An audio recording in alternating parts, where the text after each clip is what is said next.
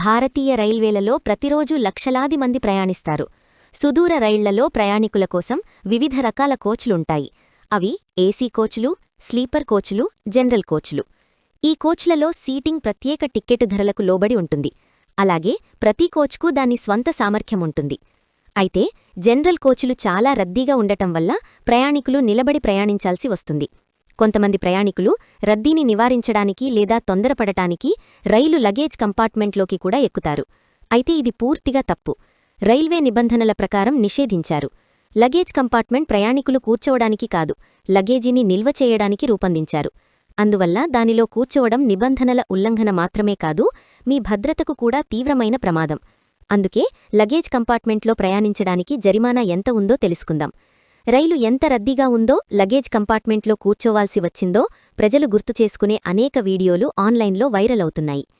ప్లాట్ఫాంపై సరైన coach number తెలియనప్పుడు, రైలు బయల్దేరుతున్నప్పుడు తొందరపడినప్పుడు, లేదా జనరల్ కంపార్ట్మెంట్లో సీటు దొరకనప్పుడు ఇది తరచుగా జరుగుతుంది.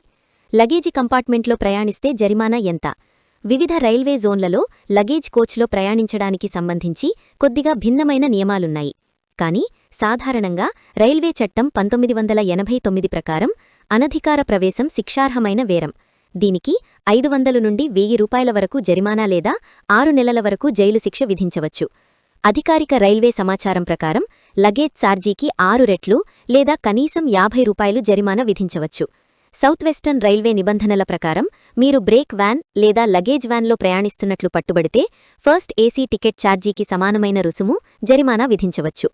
రైల్వే నిబంధనల ప్రకారం ప్రయాణికులు తాము టిక్కెట్ కొనుగోలు చేసిన కోచ్లో ప్రయాణించాలి.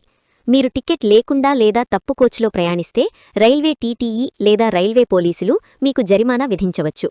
మీరు జనరల్ టికెట్ కలిగి ఉండి స్లీపర్ లేదా ఏసీ కోచ్లో ఎక్కితే మీరు ఛార్జీ వ్యత్యాసం, అదనపు రుసుము చెల్లించాల్సి రావచ్చు. మీరు ఏసీ 3 టైర్ టికెట్ కలిగి ఉండి ఏసీ 2 టైర్ లేదా ఫస్ట్ ఏసీ కోచ్లో ఎక్కితే మీరు ఛార్జీ వ్యత్యాసం, అదనపు రుసుము చెల్లించాల్సి రావచ్చు. అర్హత ప్రమాణాలు లేకుండా మహిళల కోచ్, వికలాంగుల కోచ్ లేదా ప్రత్యేకంగా రిజర్వ్ చేయబడిన కోచ్ను ఎక్కడం కూడా నిబంధనలకు విరుద్ధం. అటువంటి పరిస్థితులలో రైల్వే సిబ్బంది వెంటనే చర్య తీసుకోవచ్చు, మీకు జరిమానా విధించవచ్చు లేదా తదుపరి స్టేషన్లో సరైన కోచ్కు పంపవచ్చు.